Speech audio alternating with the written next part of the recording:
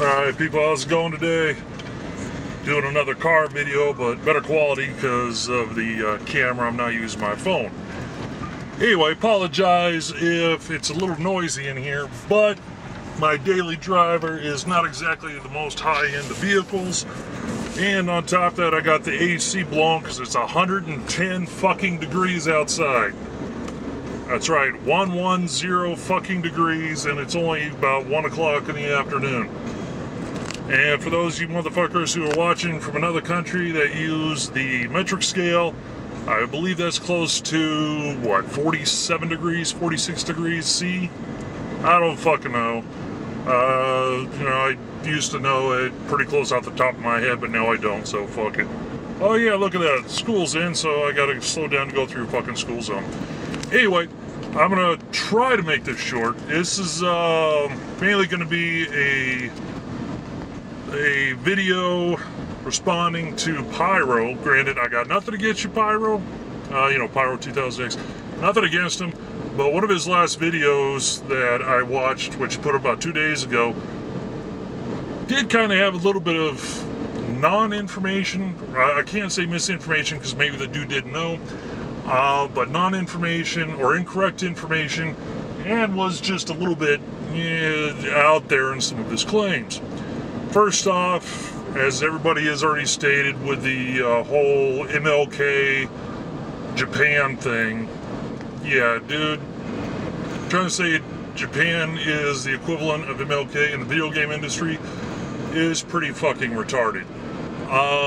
Sorry to say, bro, but that's just the way it is. I mean, that's like saying that Japan is as important to video games as Jesus is to Christianity, Buddha is to Buddhism, Joseph Smith is to Mormonism, and L. Ron Hubbard is to Scientology.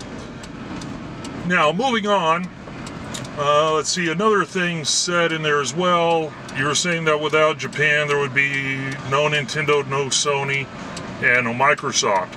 Now, without Japan, true, there would be no Nintendo, no Sony, because, sorry, I drive a stick, so this has got to go down so I can make this turn and shift gears at the same time. Anyway, sure, without them, the Japanese game systems wouldn't be around, but by throwing Microsoft in there, to me, I took it as meaning that if it wasn't for them, video games wouldn't be around. Some small part true, but not 100%, because Japan started out mainly in the arcade sector first. Of course, I believe like Pac-Man may have been their first big one. But as far as home consoles, it actually goes to the U.S. And home consoles, the U.S. showed that home consoles could be profitable way before Japan did. Because the first main Japanese console, from what I could find, was the original Famicom or NES, which was released in '83. Not saying that there weren't any attempts beforehand at home consoles, but none were that successful. Now, as far as US people, the home console that's pretty much been accepted as the first home game console was the Magnavox Odyssey, which was designed by Ralph Baer. Of course, Ralph Baer was actually a German, or at least he was born in Germany, but he developed it while here in the U.S. And then a couple years after, or about a year or two after the Odyssey was released, even though he had a working prototype back in 1968, in 1973, another fucking school zone, god damn it. I don't hate kids, but I fucking hate this time of year because it slows me up and to go through these fucking school zones! Anyway, 1973, you had the Atari. 2600 came out. And of course, Atari is synonymous, or at least back then was synonymous with video games. It was an American company who designed it, and that's the, damn it, I can't remember his name. Nolan Bushnell, I think. Bushnell, whatever. I believe he's a guy. So, to say without Japan, there wouldn't be any home consoles, a little bit of a misnomer. Now, I know you didn't say that, so don't twist my words here. I know you didn't say that. But that's the feeling I got from it when I watched that video. Also, just one other thing, as far as online gaming, Dreamcast, yeah, they did have the online gaming, but here in the US, Dreamcast was released in September 9th, 1999. I'm sure a lot of you, hold on, I gotta make another turn here. I'm sure a lot of you remember that, or at least who were alive, because it was a whole 99.99 thing. You know, they were trying to play off that, just like there's quite a few games that could be released on 11/11/11. Where was it going? Oh yeah, so it was released in Japan previously or prior to it being released here in the US, which most systems except for US systems are, go figure. For the most part, I know they're trying to do global, but anyway, what you gonna do? Anyway, sorry, it's 110 degrees outside. I got the AC on, it's fucking hot. I gotta stop to take a drink every so often. So, what was I saying? Oh yeah, Dreamcast was not the first system to have online functionality. And no, I'm not talking about computers. If you go back to 1994, towards the end of the Super Nintendo or Super Famicom and Genesis, otherwise known as the Mega Drive systems, here in the US, there was a device called the X-Band, which allowed you to play select games on your Super Nintendo or Sega Genesis over the phone lines. Now, it was a shitty-ass 2400 baud modem.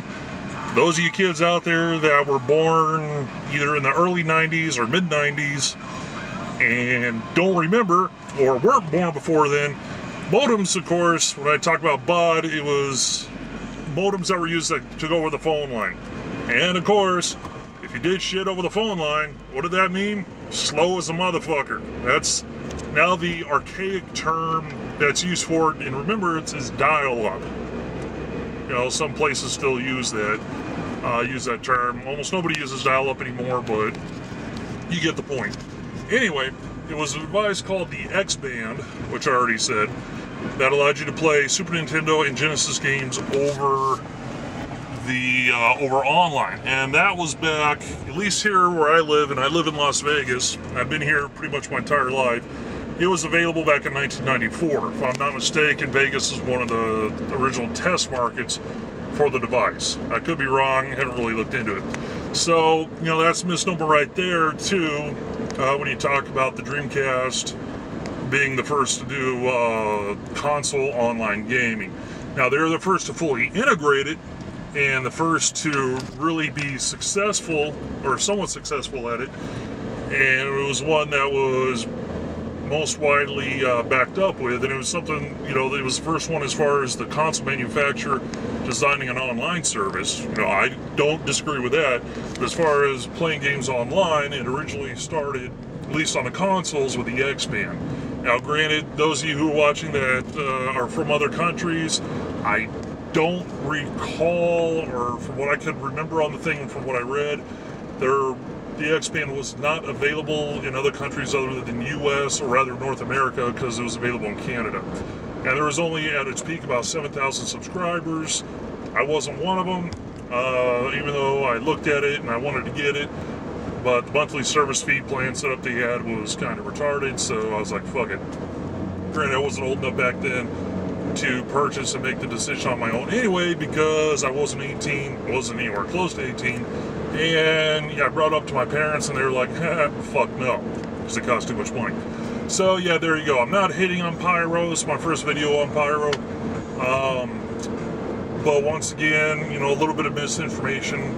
Oh, and also too, when you brought up Sega, you do realize, or when you're talking about the Dreamcast, I'm not sure if you know this or not, but Sega is actually not really an acronym, but it's short for the word Service and Games, which was one of the original names for the company.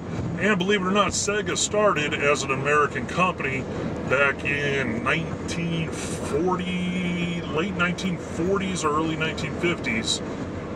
Started out by an American guy, so started out as an American company, but interests in it were bought by the Japanese, and it became known as a Japanese company from then on out. So a little bit of history for everybody. I made this video way too fucking long. Of course, I had to stop a couple of fucking times because of traffic and other shit, and honestly, I don't really have the time to edit it down, so there you go. Once again, not hating, just trying to correct some information, and assuming that I wasn't out of left field by thinking that Pyro meant that the Japanese were responsible for console gaming. You know, they're not. And if that's not your intent, I apologize ahead of time, but that's the way it came out to me. I will say one thing, though, about the Japanese, that a lot of people will say, I guess, is Japan doesn't tend to invent a lot of things, or at least over the past decades, they don't invent a lot of shit. But what they do is they take stuff that other people have worked on and made it better.